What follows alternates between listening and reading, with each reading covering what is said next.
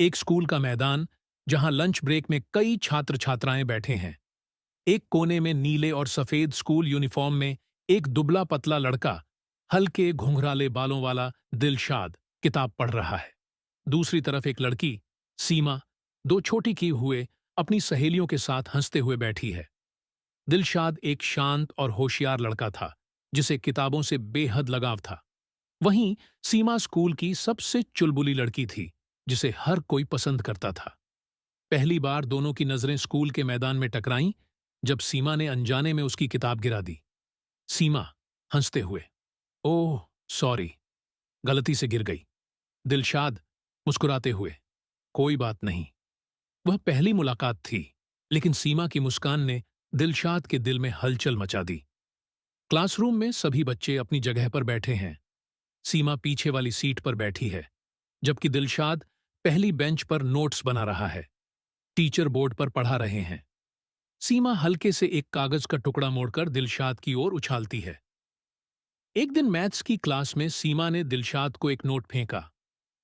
पढ़ाने में मदद करोगे? दिलशाद पहले थोड़ा हिचकिचाया, लेकिन फिर मुस्कुराकर सिर हिला दिया। धीरे धीरे दोनों के बीच दोस्ती गहरी होने लगी। दिलशाद उसे पढ़ाई में मदद करता और बदले में सीमा उसे अपनी चंचल बातों से हंसाया करती। स्कूल की लाइब्रेरी, जहां किताबों से घिरी एक टेबल पर दिलशाद और सीमा आमने सामने बैठे हैं। सीमा मुस्कुराकर एक किताब पकड़ रही है, जबकि दिलशाद नजरें झुका रहा है। एक दिन लाइब्रेरी में सीमा ने दिलशाद से पूछा, तुम इतने शांत क्यों रहते हो? दिलशाद मुस्कुराया, शब्दों में खोया रहता हूं, जैसे तुम हंसी में। सीमा चौंकी, फिर मुस्कुराकर बोली, तुम बहुत अच्छे हो दिलशाद। उस दिन दोनों के दिल में कुछ खास एहसास पनपने लगे थे। स्कूल का गेट, बारिश हो रही है। सीमा अपनी छतरी पकड़े खड़ी है, जबकि दिलशाद भीग रहा है, असमंजस में कुछ कहने की कोशिश कर रहा है।